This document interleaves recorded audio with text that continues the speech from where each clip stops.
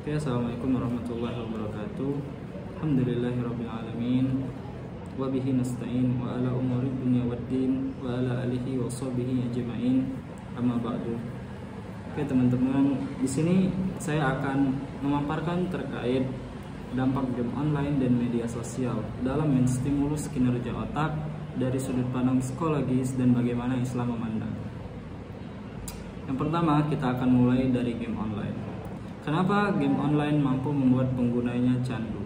Oke, itu hal yang pertama yang akan kita bahas. Teman-teman ada yang tahu nggak kenapa? Banyak tuh di antara teman-teman kita kalau main game online itu durasinya sangat lama sekali, bahkan sampai berhari-hari gitu.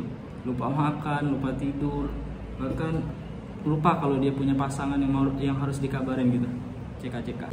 Game online itu candu gitu. Kita semua tahu banyak sekali di antara teman-teman kita ketika bermain game online itu lupa waktu. Ternyata ini dia penyebabnya. Game online itu mampu membuat penggunanya candu karena game online tersebut memiliki sistem apa?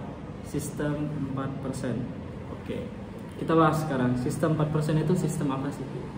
Jadi sistem 4% itu adalah sistem yang bisa mencocokkan pemain dengan lawan yang kemampuannya itu sedikit cukup menantang dari kemampuan yang kita miliki, yang mana itu masuk ke dalam zona 4%. Oke, jadi kalau kita main game online, kemampuan kita itu entah dari rank atau dari level game kita itu nanti bakal disamain dan dipertemukan dengan orang yang rank atau levelnya itu nggak jauh beda daripada level punya kita. Jadi masuk ke dalam zona 4% tadi. Oke, itu yang namanya sistem 4%. Oke. Jadi zona 4% inilah yang mampu membuat kita fokus dalam bermain game online. Coba bayangin aja, kalau lawannya terlalu sulit, baru bentar aja kan pasti nggak seru gitu. Jadi kita langsung berhenti main.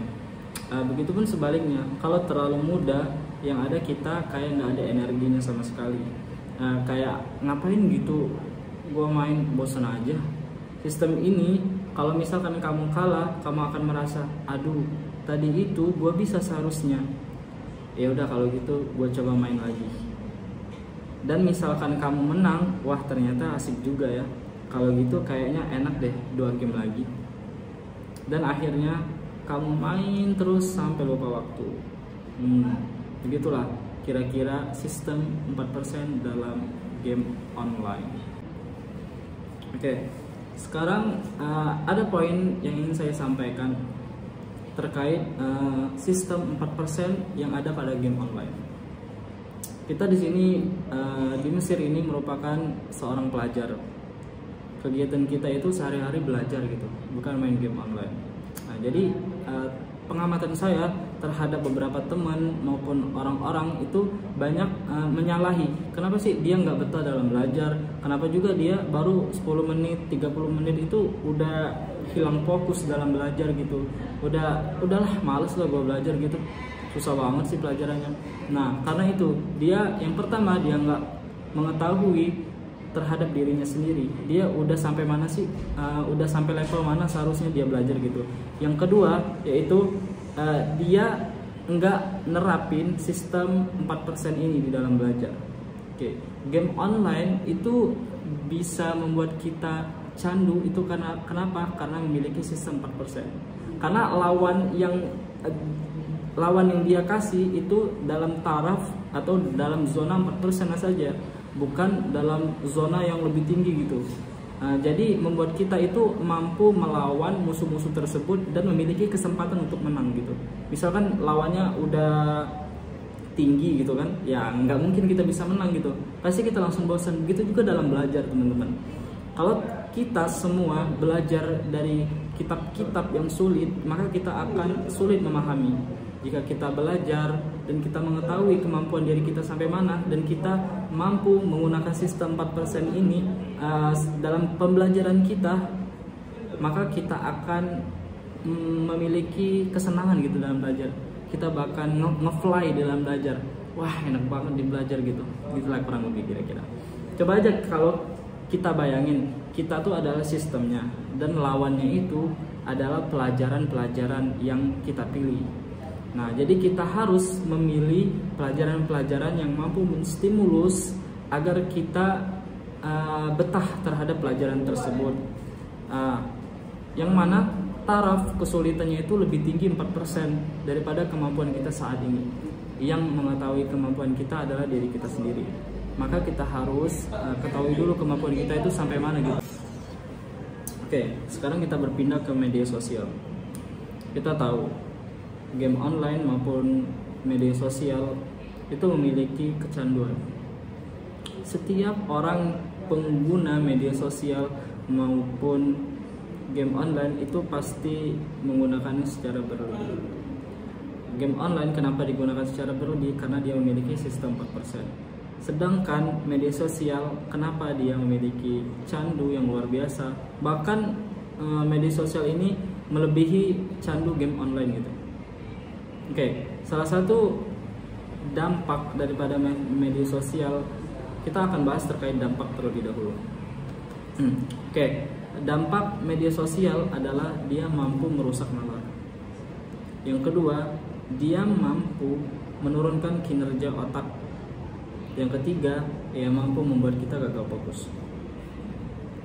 Kenapa sih medsos itu, terutama TikTok ya? Sini saya akan berfokus pada TikTok. Kenapa dia tuh mampu membuat kinerja otak kita turun serta membuat kita gagal fokus gitu? Oke, jawabannya adalah karena TikTok tersebut menyajikan tayangan-tayangan yang full menyenangkan dan berada di puncak kesenangan dalam durasi yang pendek. Akhirnya apa? Banyak sekali di antara kita itu yang nggak terbiasa dengan informasi dalam durasi yang panjang itu. Oke, kebiasaan menerima informasi atau disajikannya informasi dalam durasi yang pendek inilah yang menstimulus otak sehingga kita sulit dalam belajar. Oke, sekarang yang ingin saya sampaikan adalah banyak juga di antara pelajar itu baru 5 menit udah kehilangan fokus, baru 6 menit, baru 10 menit itu fokusnya itu udah kemana-mana gitu. Badannya hadir tapi otaknya holiday gitu kan, nggak mikirin apa yang ada sekarang. Nah, hal inilah yang ingin saya tekankan kepada teman-teman untuk mengurangi penggunaan daripada media sosial terutama TikTok secara berlebihan. Karena durasi informasi yang disajikan dalam durasi pendek itu sangat menstimulus kinerja otak dalam kita menerima informasi yang dalam durasi yang panjang gitu. Jadi kalau teman-teman ingin fokus belajar panjang itu biasain mendengarkan informasi dalam durasi yang panjang juga. Karena TikTok itu dan media sosial lain itu mampu menyediakan informasi dan juga kesenangan-kesenangan dalam durasi yang pendek, sehingga ketika kita disuruh mengerjakan sesuatu yang dalam durasi yang panjang itu otak kita menolak gitu. Kenapa? Ya itu tadi, karena kita sering disuguhi dan dihidangkan dengan informasi dalam durasi yang pendek. Makanya banyak di antara teman-teman saya juga itu yang ketika belajar itu baru 10 menit udah hilang fokus, udah buka HP gitu, udah main game online lagi dan hal-hal lainnya. Nah itu patut dihindarin teman-teman. Itu yang ingin saya sampaikan kepada teman-teman.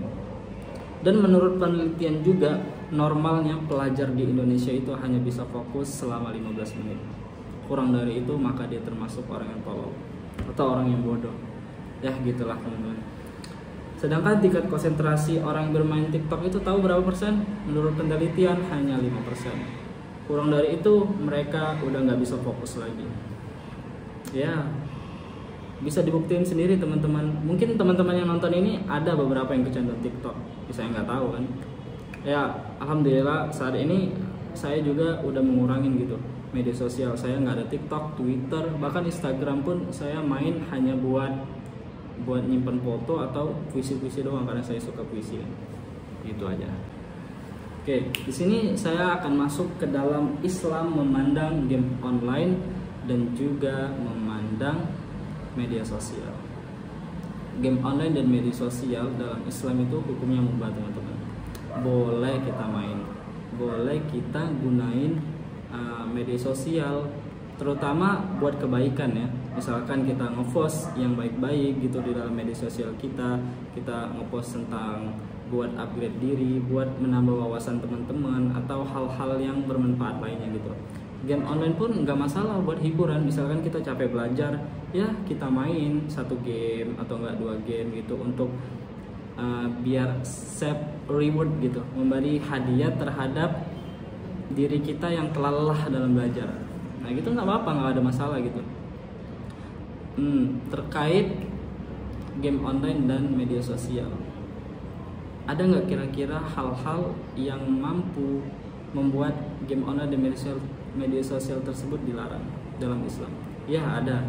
Yang pertama, game online nggak boleh dia termasuk atau mengandung unsur pornografi. Itu yang pertama. Yang kedua, nggak boleh adanya judi di situ.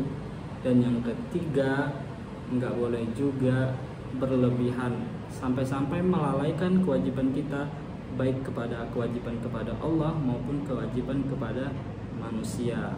Misalkan kita punya utang, punya janji gitu, kita mau bayar atau mau nepatin janji tersebut jam 3 kita kebablasan main game online sampai subuh malahan. Nah itu nggak boleh teman-teman, itu hukumnya jatuh ke hukum yang lebih parah lagi, atau bisa makruh, bisa juga haram gitu, tergantung situasi dan keadaan sebenarnya. Nah terkait media sosial itu hukumnya juga sama, mubah, kita boleh gunain asal untuk hal-hal yang baik gitu. Nah, banyak sekali di media sosial tersebut menyebarkan berita palsu. Nah dan hal itu yang nggak boleh dalam Islam. Islam itu melarang sekali dalam menyebarkan hal-hal yang berbau fitnah gitu, apapun dan dari segi apapun. Ya saya harap teman-teman semua mampu dan bijak dalam menggunakan media sosial dan juga mampu memaksimalkan waktu dalam belajar. Seseorang itu disebut petani, kenapa? Karena dia menghabiskan waktunya untuk menanam padi, untuk hal-hal yang berbau dan tentang bertani lah gitu. Seseorang itu disebut nelayan, kenapa? Karena dia menghabiskan waktunya di dalam mencari ikan di laut gitu. Seseorang juga disebut sebagai seorang pelajar apabila dia menghabiskan waktunya buat belajar. Nah dan sekarang coba kita telaah deh, kita pikir-pikir lagi, kita nih pantas gak sih disebut seorang pelajar gitu? Waktu kita itu berapa persen sih habis dalam belajar, dalam seharinya aja kita hitung. Apa jangan-jangan kita habisin buat media sosial atau game online aja gitu? Ya yang tahu diri kita adalah diri kita sendiri ya. Jadi cukup tanya diri kita dalam hati, dan kalau bisa kita berubah agar mampu menjadi lebih baik lagi. Oke, itu aja teman-teman.